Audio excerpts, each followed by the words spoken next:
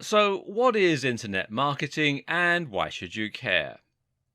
Well, internet marketing simply entails promoting your business on the web. Any marketing activity that is carried out online is considered internet marketing, and that includes search engine optimization, otherwise known as SEO, content marketing, social media marketing, PPC advertising, influencer marketing, press releases, email marketing, and more. These various pillars of internet marketing can each help you to bring more visitors to a website or a blog, and that in turn gives you the opportunity to promote your business and hopefully drive conversions, in other words, turning visitors into customers. What makes internet marketing so effective is that it doesn't have to cost a huge amount to be successful. Now, you can spend an awful lot on SEO and content marketing and thereby try to get your site to the top of Google. But sometimes it just takes one smartly placed link to drive huge amounts of traffic to your site. And if you're willing to put in consistent time and effort, then anyone can build a massive, loyal audience, then thereby become a big influencer in their niche. Thus, internet marketing is the great equalizer. Marketing no longer requires a huge budget. It's now something that you can do just as well as the largest corporations, as long as you're smart with it. Internet marketing has other advantages too. It allows you to actually engage with your audience, for instance. Using social media or running contests means that you're able to interact with the very customers you're trying to obtain and get feedback from them. Then there's the simple fact that the web is capable of reaching such a huge audience, including people from all around the world. If you're selling something with international shipping, then this is by far the best way to reach a global audience. For all these reasons, internet marketing is for everyone. No matter what type of business you're running, you should be able to benefit from internet marketing and find that it can help you to increase your brand visibility, grow your audience, and to make bigger profits. Now, some businesses are only able to exist thanks to internet marketing. These are the entirely online businesses, such as people who sell ebooks. Now, ebooks are digital products with no overheads. By marketing them correctly, it's possible to make huge amount of sales which will be almost entirely profit. Ebooks can be something of a hard sell, but the fact that you can reach such a massive audience and engage with them directly means you can get enough turnover to earn big profits. These businesses only exist thanks to internet marketing. Other businesses also rely heavily on internet marketing. If you sell a service online, such as web design or copywriting, then using internet marketing will allow you to ensure that the maximum number of potential clients see your website and consider hiring your services. Knowing how to reach that audience online is the difference between long dry spells, where you aren't bringing in any cash, and a steady flow of orders and income. Of course, the same is also true for an e-commerce business, which exists to turn website visitors into paying customers in a similar way. Amazon actually spends over $1 million a day on Google AdWords alone, which shows you just how much the company values its internet marketing. But it's not just online businesses that can benefit from internet marketing. Big brands like Coca-Cola, Red Bull, Marvel, Ford, Best Buy, they all spend huge amounts on internet marketing because they know that it is now more effective than spending that same money on print media or television. And the same goes for small businesses like hairdressers, restaurants and high street stores, and sole traders like plumbers, builders and lawyers. As we will see, anyone can benefit from internet marketing, and it is the single most efficient way to increase footfall for your company. The only thing holding most people back, of course, is the simple fact that they don't know how to go about internet marketing. They don't understand how SEO works, they're not sure how to reach influencers, and they find social media awkward. If you find yourself in that situation, then don't worry. This video series is going to teach you everything you need to know in order to develop any kind of internet marketing campaign with confidence. Best of all, we'll help you to learn to create smart internet marketing campaigns, the kinds that get maximum results with the least amount of cash and time. We just said that Amazon spends $1 million a day on AdWords, and that might make you wonder how on earth you're supposed to compete. The answer? Well, you're not. Our aim is not to take on huge corporations head to head, but rather to find the path of least resistance, to identify those corners of the web where lots of potential customers are waiting and no one is currently marketing to them. You're going to learn how to do that and much more over the course of this series.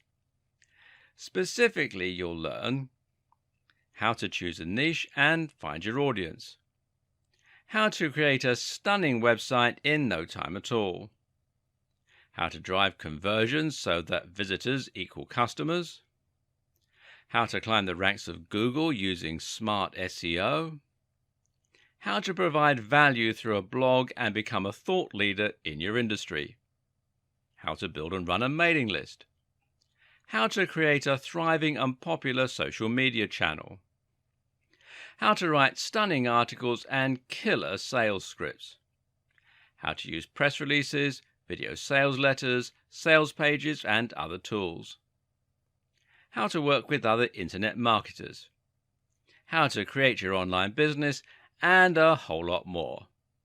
So let's get down to it. And we'll do that in the next video. As we saw in the last video, internet marketing is for everyone and can apply to many different types of businesses. For the purposes of these videos, though, we're going to broadly categorize viewers into two groups: those with an existing business they want to promote, and those wanting to set up an online business or make money directly through internet marketing. And for now, we're going to concentrate on the second group. If you already have a business, this is still worth watching, but if you're in a rush to get to the good stuff, fast forward to the section on website creation. If your plan is to build an entirely online business and to make money either directly from a blog or perhaps by selling digital products, then the first thing you need to do is to choose a niche, or niche as some people pronounce it. The term niche in this context essentially refers to a subject matter, an industry, and an audience. In other words, a niche can be health or it can be knitting. This is what your blog is going to be about. It's what the products you sell should be about, and it will determine precisely who your business is marketed at. Choosing your niche is one of the most important steps in creating a successful online business. And the reason for this is that it will directly impact the amount of competition as well as the size of your audience. So if your subject is health, then you're going to be going up against millions of other websites, and this is going to make your life very difficult indeed. When you write a blog post on how to get abs, it's going to be incredibly difficult to get that to the top of Google, seeing as there are so many other blog posts on getting abs. Likewise, if you post in a fitness forum and mention your ebook, it's not going to stand out or be interesting because there are so many others. Conversely, though, you also need to avoid choosing a niche that is too narrow. If the niche you chose is earwigs as pets, then it will only be a matter of time before you've marketed to the majority of that audience and there's no one left to buy from you. Another important consideration when choosing a niche is what you can offer the audience and how much they are likely to spend. When creating a product, it's always useful to think in terms of the value proposition. Now, this basically refers to what your product is offering to the buyer and what gives it its value, which should be much greater than the face value. When you sell an ebook on getting fit, for example, the value proposition comes from the fact that your buyer will hopefully be much fitter after reading your book and applying the knowledge that they learn. So you're not really selling a book at all, but rather a sexy toned body. You're selling confidence, you're selling energy first thing in the morning, and you're selling physical attractiveness to the opposite sex. And people are willing to pay for a lot of things, meaning that you can afford to charge more for your ebook. On the other hand, if you have a book on cats, then you can only charge people for learning a bit more about their pets, which isn't something people are willing to pay as much for. It's also important to have a very clear target audience in mind. Draw up a buyer persona and think about the exact kind of person who will be interested in your product. Do they have enough disposable income? And do you know where you can reach them in order to market your product? If all that sounds a bit confusing, then the best way to pick a niche is often to find a very big and popular niche with a strong value proposition. And we're talking things like fitness, finance, business, dating, and so on. And then to narrow down to find a specific section within that niche. So, for example, you might have fitness for the over 50s, fitness for nerds, and as a sidebar, nerdfitness.com is a highly popular website. You could have fitness for X condition, whatever you want to put in, fitness for martial artists, online businesses for students, making money online for stay-at-home mums. The list just goes on. And try and think of something that is as original as possible, while at the same time making sure that there's a big audience there and that you can solve a specific need. At the same time, though, try and choose a niche that you genuinely have an interest in and some knowledge about. And this will help you to write better blog posts, and it will ensure that you don't get bored of your business over time. And this is actually one of the most important tips. So don't be motivated by money alone, or you're likely to find your business lacks staying power. Finally, think about any connections you might already have and any contacts. If you happen to know the editor of Gardening Magazine, then creating a business in the gardening niche just makes sense. Likewise, if you're a prominent member of a big forum dealing with health, then this is a very logical niche to choose, as you'll be able to post about your blog there and hopefully get a big reaction. In short, try to have an entire business plan ready before you even begin writing. Know your strategy, know your end game, and let your niche dictate all that. The next thing you need to do is to create a stunning website. Now, this is highly important, as your website is what's going to create the first impressions for your visitors and give them the confidence to buy from you. Now, this makes all the difference. Think about your own experience, whether you're looking online for a place to eat, for a specific product to buy, or a blog to read. If the website is well designed, then the chances are that you'll feel comfortable there.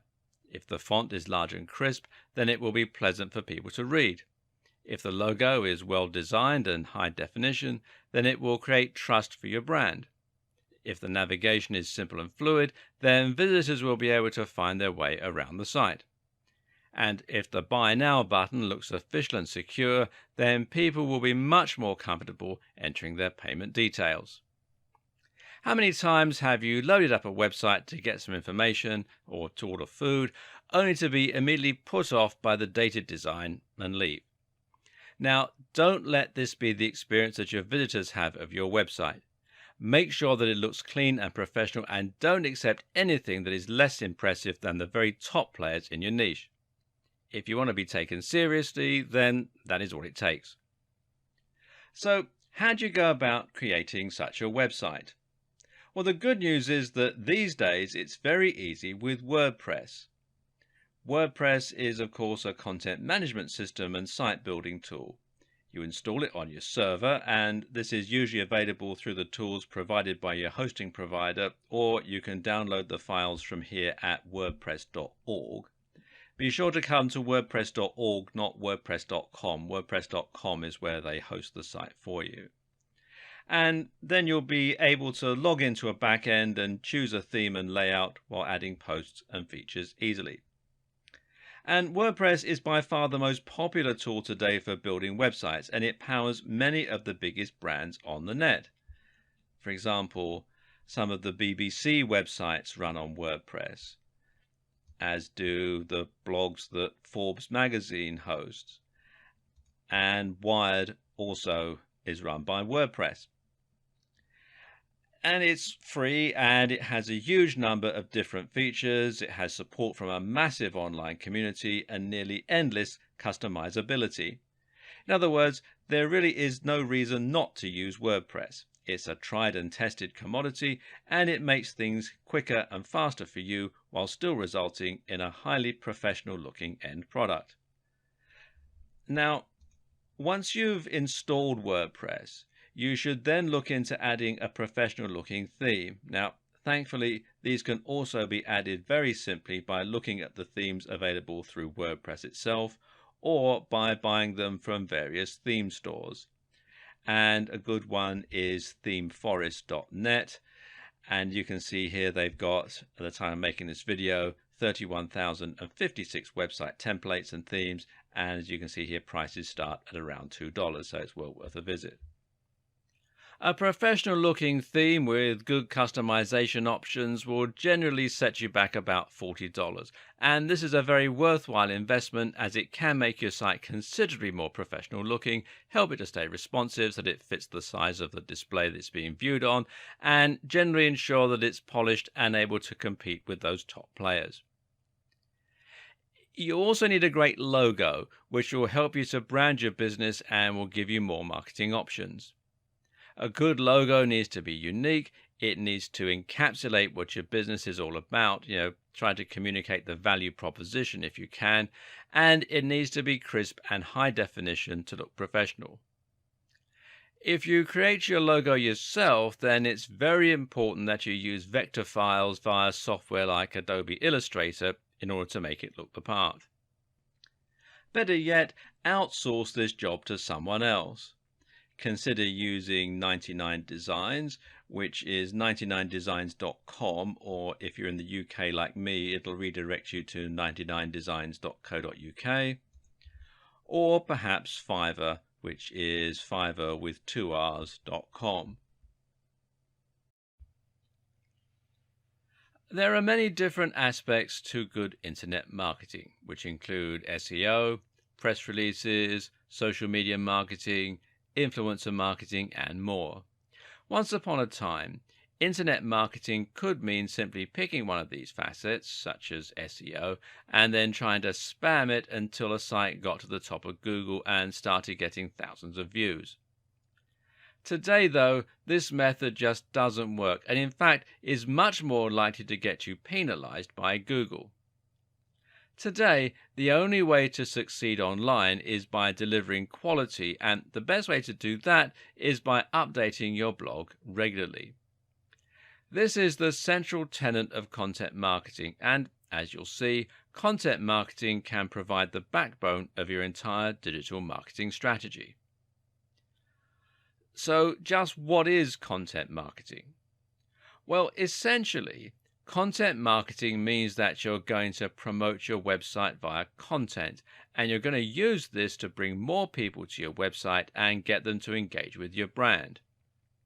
People are not going to visit your website or blog out of the goodness of their heart. They will go there because they're looking for something, and that something will normally be content.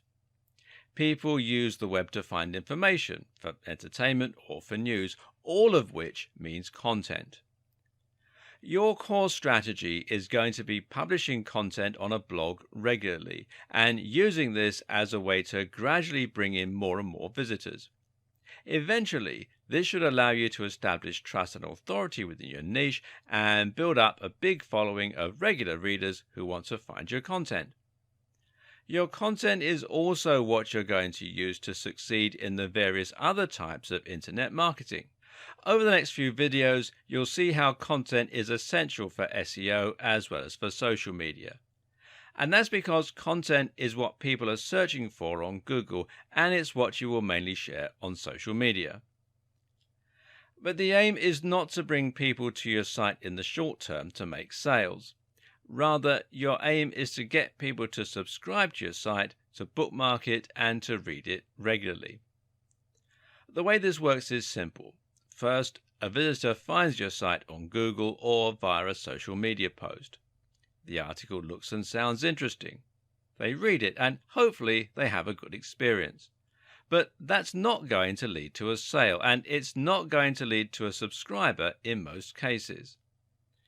Rather, they will just make a mental note that your site was reliable and interesting, and so if they see a post from you again on their travels, they will be more likely to read it next time. It's important that your branding and web design is strong, and this will ensure that they recognize the fact that they're returning to a website that they've already been to once before. Eventually, you'll get to the point where they have a question and they decide to turn to you for advice. They know you're reliable. They know they enjoy the way that you write, and so it makes sense that they'll seek you out when they want to know something. At this point, you have their trust, and it will be much easier for you to persuade them to make a purchase or to read your site regularly. Eventually, they'll become regular subscribers and they'll start actively looking into whatever you're posting next. This will mean you have a captive audience, and the next time you want to sell a product, you'll be able to. And no, this strategy is not just for online businesses or ebooks. This strategy can likewise work for a high street store or a hairdressing company. It's all about getting more people to read your content regularly so that you have built that audience and that trust. Of course, some internet marketing strategies might rely less on content marketing than others, but this is an activity that every business should be engaged in. And it all revolves around providing value for free. That may sound great, but the next question is, how are you going to go about doing this? How do you go about adding content to your site that is so exciting that people will want to read your site on a daily basis, especially if you aren't a writer naturally? Well, the first thing is to understand the type of content that gets read and the type of content that gets shared. And a clue here lies in a term that is generally looked down upon by the community: clickbait. Clickbait is content designed to get people to click, and very often it provides little to no value. You'll probably have seen this type of content on Facebook, and these are posts with titles like "You'll never believe what happens next" or "Top 10 X, number 7 will shock you." These titles get people to click by leveraging the power of curiosity. The titles are purposefully vague while also being emotionally charged, by telling you that you'll be shocked or outraged in some way. To look at, the articles appear to offer something completely new, unexpected, and shocking. Unfortunately, when we click on the links, very often we're met with something rather disappointing, and the reality fails to live up to the hype.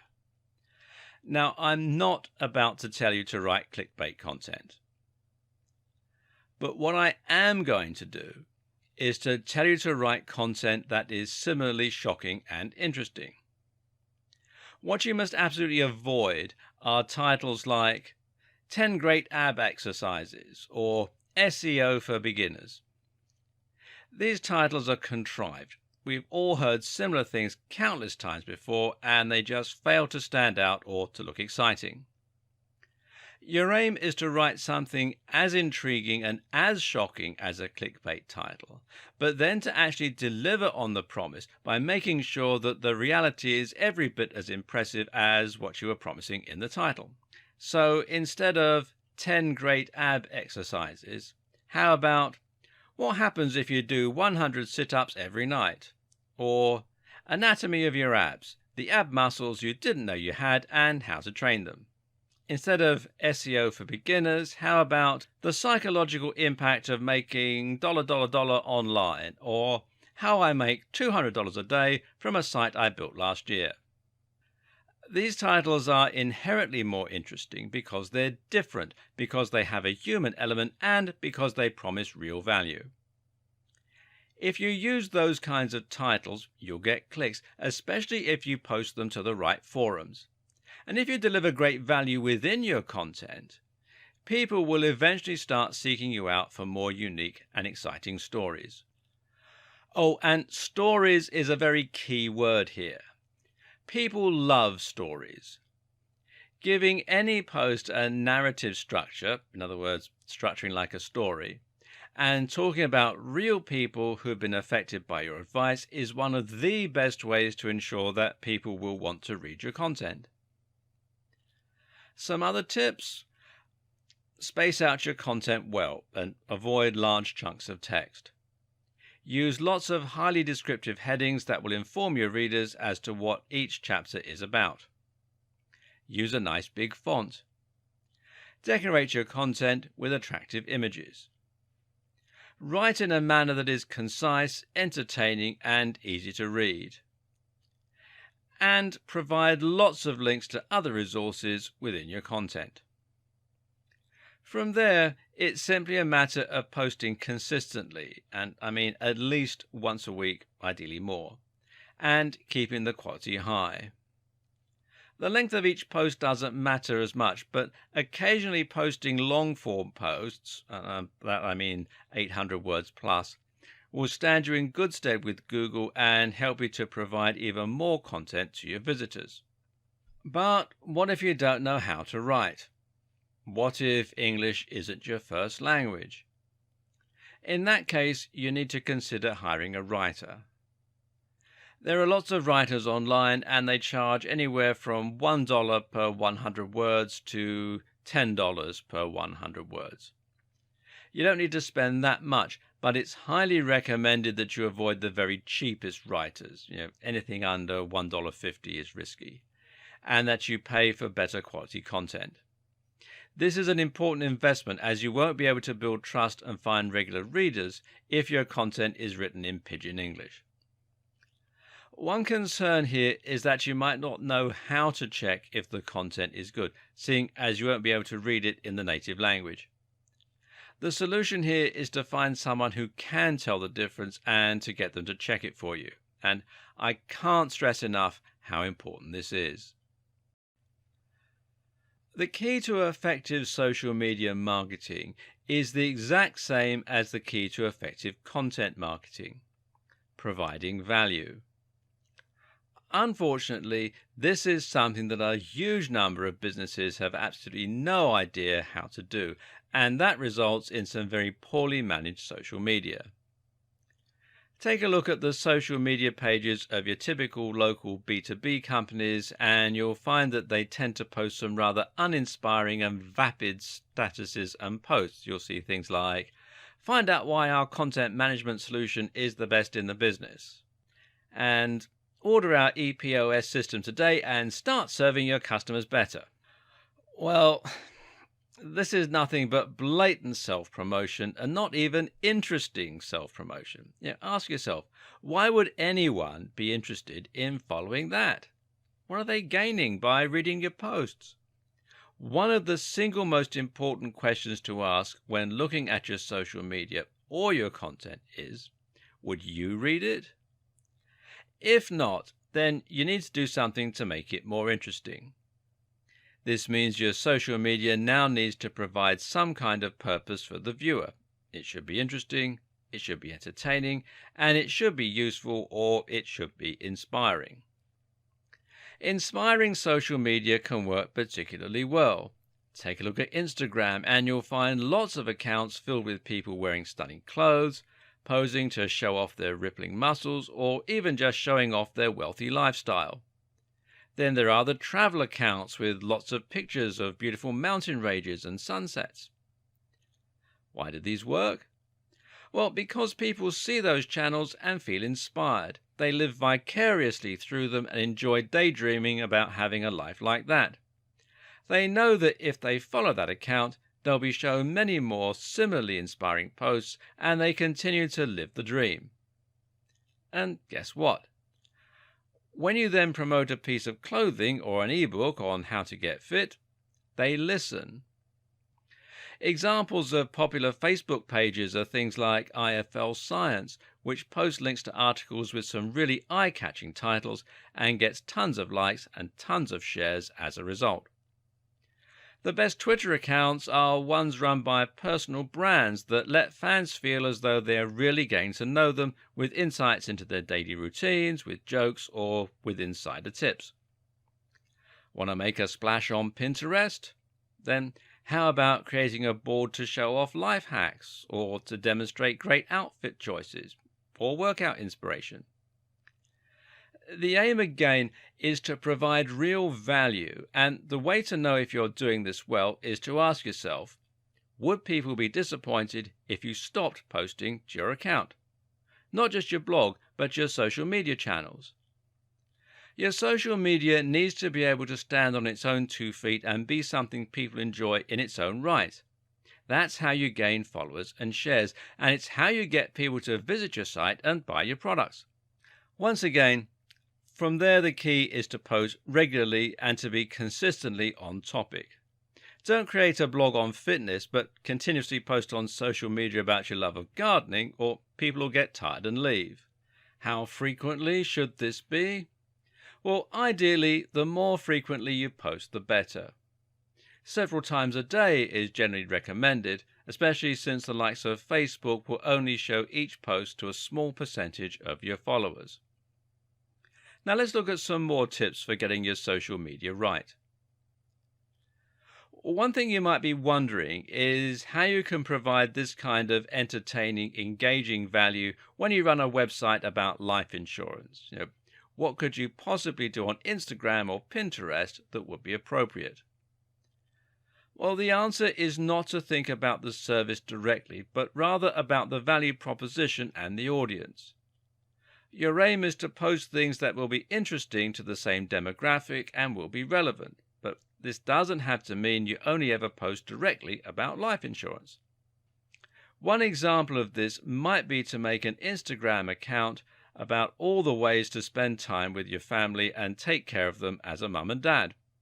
This has a very broad appeal, but it's also directly relevant to life insurance because, after all, life insurance is all about looking after your family once you're gone.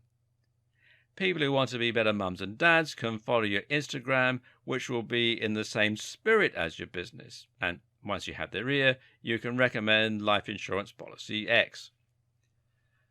Likewise, you could do something similar with a Pinterest account. How about making all this about ways to save money as a family? You could show money-saving hacks, budgeting tips, etc., and use that to promote your life insurance as the best financial option, or your website as the best place to learn about life insurance. Another important tip is to think about your audience and who they are. If you want people to share your posts, and this is the best way to ensure they reach the maximum number of people, then you need to be sure you're targeting your audience specifically. This is important, seeing as trying to reach too wide an audience will ultimately mean that you don't specifically appeal to anyone. This is the mistake a lot of people make with their posts on how to get abs.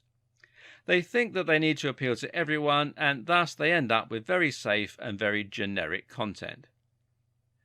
But content performs best when it's targeting specifically at a particular type of person. This all relates to the psychology of sharing. Why do we ever share content? Well, there are two simple reasons: to express ourselves or to communicate. We communicate by sharing things that we think will appeal to someone we know. If you see a post on how working from home turns your brain to mush, then you're going to share that with your friend Bill, who works from home, as a cheeky joke, as a way to help them work from home better, or perhaps just a way to show that you're thinking of them. If you work from home yourself, then you might post it to express how you feel about working from home and to help others understand you better. But notice that in both scenarios, the post only works because it applies so specifically to people who work from home. While being very specific might appear to exclude potential customers, it makes it much easier for you to market to a particular type of person who is likely to buy from you. And to make this work, you need to spend some time profiling what that person is like. How old are they? What gender are they? What are their hobbies? What websites do they spend time on? You'll see why this is even more important shortly. Once you've decided how you're going to provide value through sharing your blog posts or by posting images, you'll then need to make sure you have a strong brand that will have some good visibility and tie your social media channels neatly to your website. It's important that when someone sees a post from you, they know it's from the same website that they saw the other day. So make sure you have a good logo and use that as your profile picture or your cover image on each account. Likewise, use the same name wherever possible. Another tip is to integrate your social media and your website as closely as possible. It'll take a while to build up momentum on your social media, but one thing that you can do to help that along is to add social media buttons to your website so that people can check out your Facebook page directly from your website. Ideally, you'll gain new followers each time someone goes to your website. That way, they'll be more likely to see your future posts and share them, bringing in yet more visitors who can subsequently become followers. Also important is simply to ask people to follow you on social media. This is particularly effective in videos, so if you have a YouTube channel, then don't be shy to simply ask the people watching to follow you on Twitter and give them some good reasons to do so. Similarly, at the end of a blog post, why not just ask your readers to share the post with their friends using the handy sharing buttons that you provide? It's also a good idea to integrate your various different posts to save time and to ensure that you fill each channel with as much content as possible. For example, you can make it so that you post all your tweets on your Facebook page, or that each new YouTube video is automatically shared on Twitter. Don't forget that social media is still primarily a communication tool. One of the best ways to ensure people are engaged with you is to actually talk with them and to do something as simple as just following people or liking their pictures. If you've ever used Instagram, then you'll be familiar with how pleasing it is that someone has started following you, especially if they look like a professional brand. Likewise, it's great when they comment and say, "Nice pic." This will motivate you to check out their channel and, in many cases, to follow it. So just spend some time posting and, of course, be sure to actually respond to people. Running contests and surveying your audience can also be a very good way to increase engagement and to get a better idea of what your followers want to see from you. A good example of a contest is to award a follower with a free gift if you get over X number of likes. This can help you to build more shares and likes, as well as being a great way to thank your fans. Now it's time to look at one of the biggest pillars of internet marketing of all, SEO. SEO is search engine optimization, and this basically means that you're trying to get your website to show up in the search results. Of course, you're not going to be able to show up high in every search result, so this is where keywords and targeting come in. A keyword is essentially a word or phrase that people are going to search in order to find your site. When people go shopping online, they'll almost always start with Google. And when they start with Google, they will begin by searching for the thing that they want. Very often, this will mean that they search for something like "buy hats online." If you can target that precise phrase so that your page is the top result, you will not only be able to reach the right demographic, but you'll be able to target them at the precise moment they're actually planning on buying something. The same thing happens when someone looks for information. They might search for how to lose weight after Christmas, or they might search for fitness articles. Again, you can bring more people to your site and that way hopefully create more loyal followers simply by making sure your pages come up as top results for those terms. So SEO has the huge advantage of being highly targeted and allowing you to reach anyone rather than just people who are your followers or who are part of the same network as your followers. The only problem is that SEO is also arguably more complicated than the other forms of marketing we've looked at so far. It's never guaranteed. That is to say, you can spend years doing SEO or pay the very biggest SEO service in the world and still not see any improvements. Let's take a look at why that is and how to give yourself the best chance of success. In order to get to the top of Google, The aim is to try and understand how Google works, how Google decides which sites are worthwhile, and how you can manipulate those factors in order to move your site to the top. Google works using spiders or robots. These are small programs that search the web by following from one link to the next. Each time they find a new website, they add it to a giant index and will assess the subject matter and the quality of the site by looking at who is linking to the page, how the page is laid out, and what the subject of the content appears to be. If we knew precisely how Google's algorithm worked, then we could get to the top of the search results with guaranteed certainty. As we don't know this though, all we can do is make educated guesses and hope that these get us to the top of Google. When Google first became the dominant search engine, the algorithm was fairly straightforward and was generally quite well understood by marketers. Back then we knew that Google found sites by following links on sites already in the index. Google thought of a link as testimony. The more people link into your site, the better your site must be. Google attempted to match search terms with the content on your pages. If you repeated the same phrase often enough, you stood a better chance of ranking for that term. Back then, it was easy enough to manipulate Google into doing your bidding. All you had to do was to create a website with lots and lots of content, repeat the same keywords over and over again, and get lots of other sites to link to you. It was literally a matter of whoever worked the fastest could get to the top of Google the quickest. Unfortunately, though, this also led to some very bad practices. People would stuff keywords into their text, repeating the same few phrases over and over again. People would pay for links. People would steal content and spin it, swap words for synonyms, and generally Google's results started to become dominated by spam. So Google clamped down and introduced some smarter rules and algorithms. These updates to its system were known as Penguin and Panda and really shook up the internet marketing community. Now Google is much smarter when it comes to looking for content and now values quality over quantity to a large degree. A few examples of the changes. First off, Google will now penalize websites for keyword stuffing. A density of 1 to 2% is generally recommended. Google now prefers long-form content and will reward it.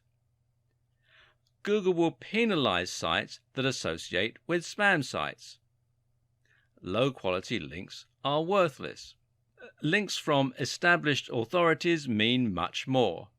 A single link from Harvard is worth 1 million links from spam sites. Google now understands synonyms and related terms and will look for you to have written around a subject. Google penalizes links that are from sites that aren't related to yours. Google clamps down hard on paid links. Google clamps down hard on stolen or reworked content. Google can now monitor how long people spend on a website or page. If your visitors are only staying for a second before leaving, Google will take this to mean that your site doesn't offer any real value and you will be penalized. This sudden change resulted in a lot of sites being removed from Google altogether, which badly hurt many businesses. As you can imagine, this caused quite a lot of outcry. But what's important to remember is that website owners are not the customers Google is catering to. Google is catering to users who want to use Google in order to find high-quality content. Thus, Google's main and only objective is to ensure that the content it shares is relevant and interesting to the people searching for it. So, what's the best way to handle good SEO? Simple. Make sure you are providing great, relevant content. When you do this, you are aligning yourself with Google's goals. Therefore, every change Google makes will ultimately help more people to find your site. Meanwhile, the sites that try to spam Google or trick it will only be damaged each time that Google has an update. So, with all that said, how do you go about carrying out SEO for your site in this day and age? We'll cover that in part 2. With what we covered in the last video, you may be wondering whether it really is possible to get your site ranked now. How do you go about carrying out SEO for your site in this day and age? Well, let's take a look at some modern SEO practices. The first thing to do is to fill your site with as much relevant content as possible. Notice how SEO and content marketing naturally go hand in hand already? Again, this content should be long form, at least occasionally, and should contain links to other sites. Again, the same things that make your content high quality for your readers are the things that Google wants to see. Do some keyword research to find what people are searching for and what you should try to target to get the ideal traffic to your site. You can find the volume of people searching for specific terms by using Google's Keyword Planner. Come here to adwords.google.com/keyword planner and then sign in using your Google ID. It's all very straightforward. Try to make sure that the terms you search for aren't too competitive, however. Otherwise, you can end up going against too many other sites and giving yourself an impossible task. As mentioned earlier, Google just doesn't like you to keep repeating the same key phrase over and over. Instead, the objective is to lace it into the content a few times as naturally as possible, while also including synonyms and related terminology. This should happen naturally and it should never distract the reader. From here, you can go about building links from high-quality, relevant sites. These are certain sites that Google already trusts, and you can spot these by looking at which ones are already at the top of Google and which ones are featured in Google News. Google also likes big recognized brands, and it likes .edu and .org domains. While it might be hard to get links from those sites, you can think of this a bit like degrees of separation. In other words, if you can't get a link from Harvard University, look for a site that does have a link from Harvard and see if you can't get a link from them. One of the best strategies you can use to build links is something called guest posting. Here, you're essentially going to contact big blogs and offer to write content for them for free. This content needs to be relevant and high quality, so they will be tempted to go ahead and publish it. Rather than charging for your writing, what you then do is make it part of the deal that you will get a link back to your website within the body of the text. One way to avoid going head-to-head with the biggest players in your niche is to focus on local SEO. Local SEO is simply SEO that places local keywords front and center. So if you live in Santa Monica and you run a hairdresser, then you would try to rank for Santa Monica hairdresser, and you will build links from other local companies. It's much easier to become number one for a specific search term like this. Even if you're running an international business, it can be a good idea to start local and then branch out once you've built a local momentum. Lastly, a few things that can help to keep you in Google's good books. Avoid anything that looks spammy or manipulative. Try to avoid patterns and encourage your visitors to share your links online. That's what Google really likes to see, sites with lots of links on the strength of their quality. One way to do this is to write link bait. This is content that is so useful, so interesting, or so shocking that other people want to link to it and include it in their debates or share it with friends. When creating your links, avoid trying to use only your keywords in the anchor text. Sometimes the best anchor is just click here or this article. Again, it looks more organic and natural and means Google won't think that you're paying for your links. Now, don't try and trick Google. Just create high quality content for your readers while keeping Google's algorithms in the back of your mind. One of the great things about SEO is that once you've climbed to the top, it doesn't have to cost you all that much to stay there. The problem is it can take an awfully long time to get to that point. PPC, meanwhile, offers you the precise opposite strengths and weaknesses. PPC stands for pay-per-click and is the main form of advertising online. Pay-per-click essentially means that as an advertiser, you only get charged each time somebody actually clicks on one of your adverts. So, in other words, it doesn't cost you anything to have your advert published on a website. If no one ever clicks on it, you'll never pay a cent. But each time someone does click on it, you'll be charged X amount of money. This has a lot of handy advantages, as do many of the other features of PPC. So let's dive in and take a closer look. So how much exactly do you pay for each click? And where will your ads show? What's the best way to make the most money from it? Well, essentially, you get to decide precisely how much you want to pay for each click. The caveat is, the less you pay, the less your advert will get seen. That's because ads are shown based on a bidding system. Whenever a space becomes live, all of the relevant ads will be compared, and the one that pays the highest will get shown. That means you can get clicks for 1 cent if you're in a niche with zero competition, but for a much more competitive industry, you can end up paying as much as $5 per click. The good news is you only pay the amount you need to beat the next highest competition. So if your maximum bid is $5, but there's only one competitor who's paying $1, you'll get the ad for $1.01. As well as setting how much you're willing to pay, which is known as your minimum bid, you can also set how much you're willing to pay per week or per month. This is your budget, and by setting this, you can ensure that you never spend more cash than you have. The great thing about this system is it means you can actually guarantee ROI for your business. You do this by calculating how much it's going to cost you to bring each new visitor to your site, which will be equal to your CPC, or cost per click.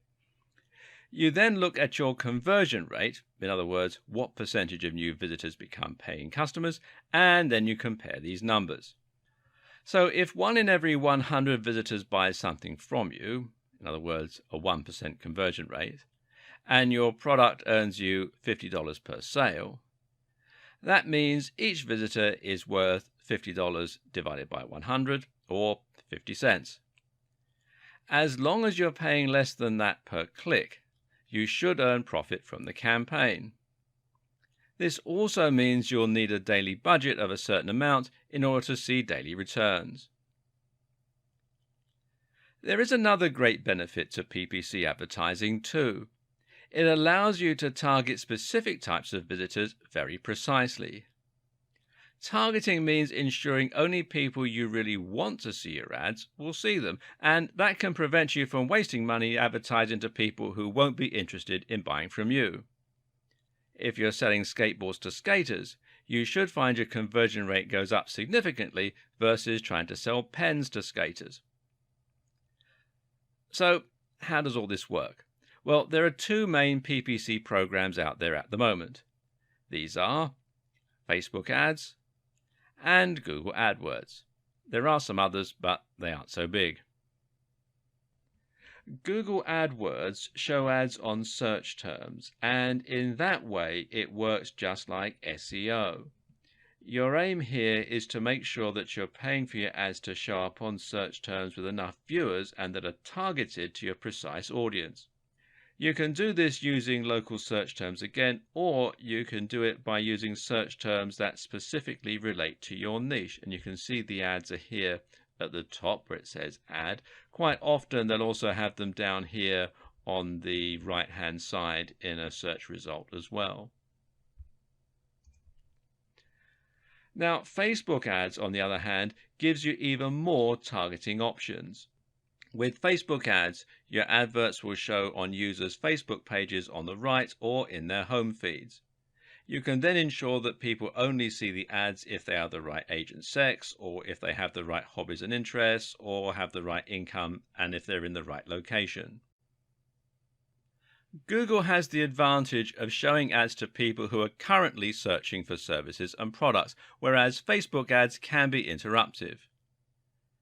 You can even use Google AdWords as a way to test whether certain keywords are worth pursuing with your SEO. But by closely targeting only people who are likely to be interested in your product, Facebook ads allow you to avoid wasting money on clicks from people who would never have bought from you in the first place. If you're selling a digital product, there is another very effective way to gain a lot more sales, and that is to get other marketers to promote it for you. And learning about affiliate marketing is important if you want to stand a lot of the conversation you'll find in marketing forums and elsewhere. Essentially, an affiliate is someone who promotes an online product in exchange for a commission. So, if you sold an ebook for 40% commission, that would make you an affiliate. To do this, you simply use a URL that is unique to you, and then when someone clicks on that link, they will be redirected via a page that will have a cookie on their computer, and they will be identified as having been sent by you. The great thing about getting affiliates to help you promote a product is you're essentially building an army of salespeople, all of whom will be able to help you get more sales for your product. If you can sell 30 ebooks a month yourself, imagine how many ebooks you'll sell when you have 1,000 affiliates. The key to getting lots of affiliates is not to be greedy. Create a great product you know will sell well, and that affiliates will believe in too, and then be willing to give away a good proportion of your profits, over 50% ideally.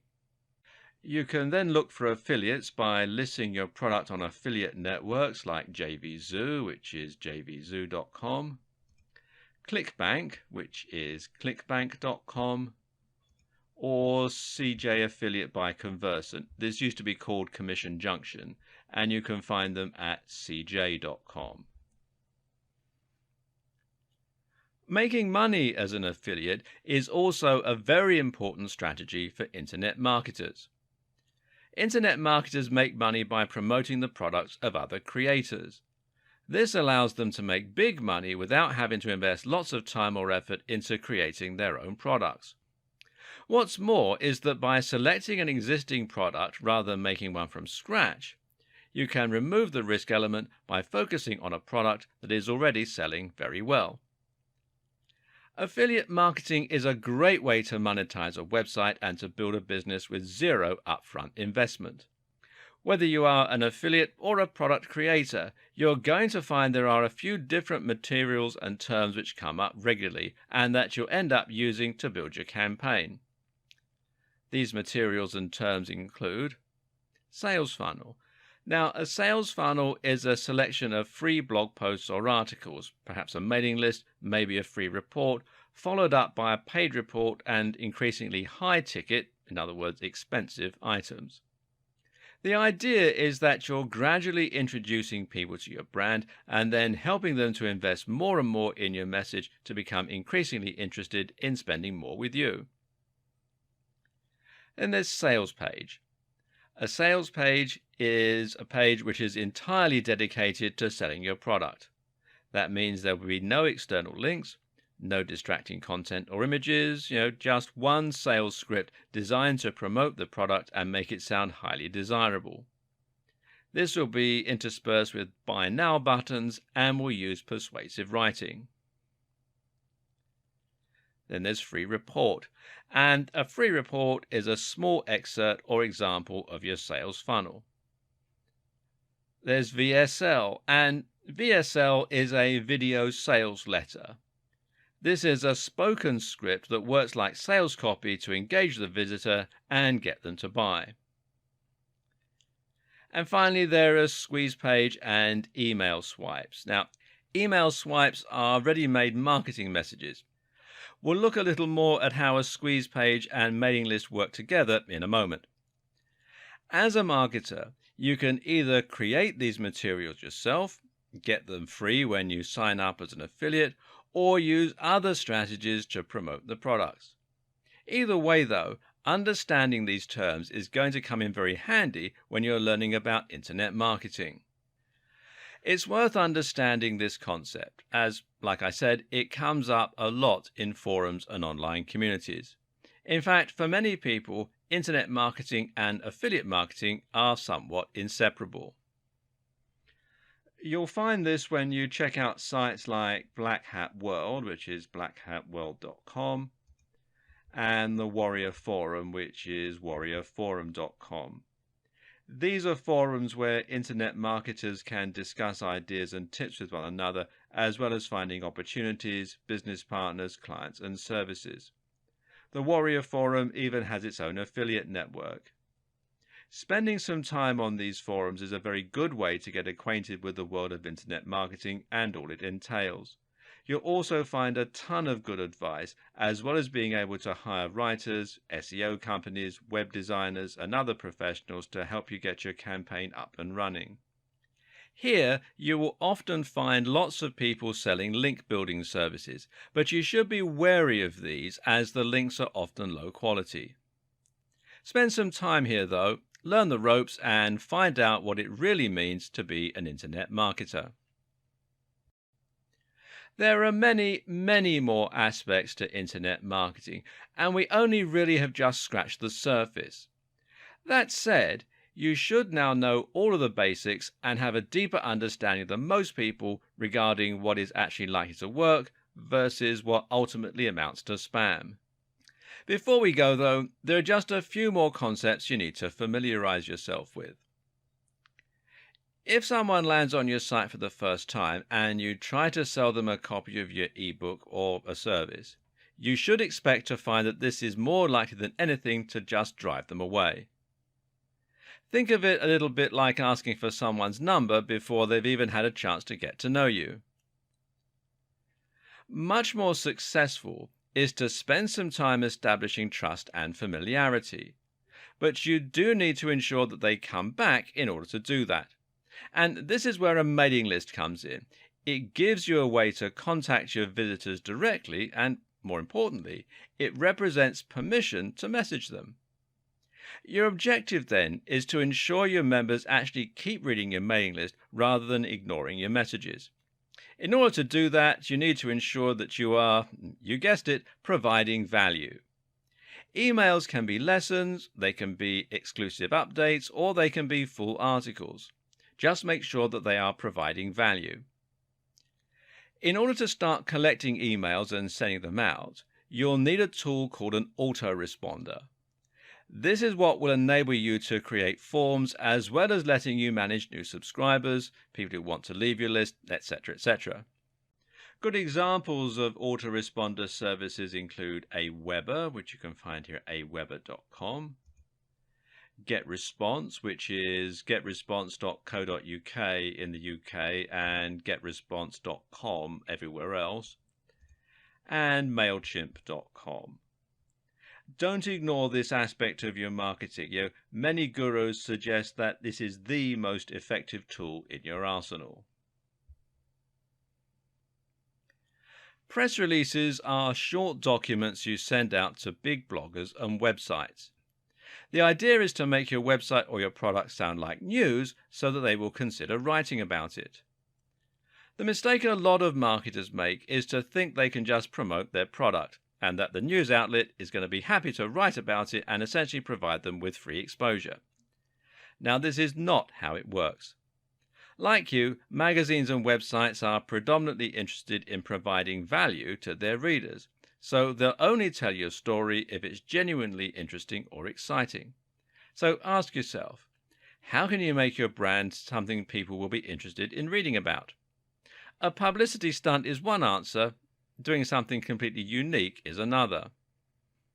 Rather than targeting big blogs, though, why not consider targeting the smaller influencers? These are individual bloggers, YouTubers, social media stars and the like who have thousands or even millions of followers. If you can convince them to give you a shout out, you can sponsor them to do this, give them something for free or exchange favors, then that can give you instant access to a gigantic audience and potentially transform your business overnight. Finally, no matter what strategies you're using in your internet marketing campaign, it is absolutely essential that you are regularly checking your stats and analytics to ensure that you're actually making progress. Look at how many visitors you're getting daily, Look at which activities are bringing you the most customers and use this information to hone and improve your campaign over time. There are several different tools that you can use to do all this, but by far the most popular and capable is Google Analytics.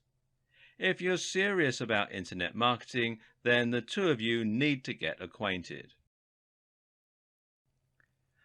This video series has thrown a lot of information at you all at once, and there's still more to learn. Unfortunately, that's the nature of the beast. Internet marketing is a huge subject, and you will never have learned everything. Moreover, it's also a subject that is continually changing and evolving, so you'll never know absolutely everything that there is to know. But what this series has hopefully done is to A, give you a solid foundation of knowledge to get started, and B, help you to make some smart decisions and avoid some of the biggest mistakes that new marketers make. The biggest lesson I want you to take home from all this is that you should work smart, not hard. Now, that doesn't mean that you're going to be putting out a load of dross, though. Far from it. The key to getting easy wins is to create things people actually want to see and want to share. Content Google wants its users to find, and content that will build trust and authority with your followers. This means writing about subjects you're passionate about, and it means bringing something genuinely different and unique to the table, and it means creating a stunning website with glorious images and a strong brand. Good SEO and good marketing means telling amazing stories and creating amazing content. And I wish you every success.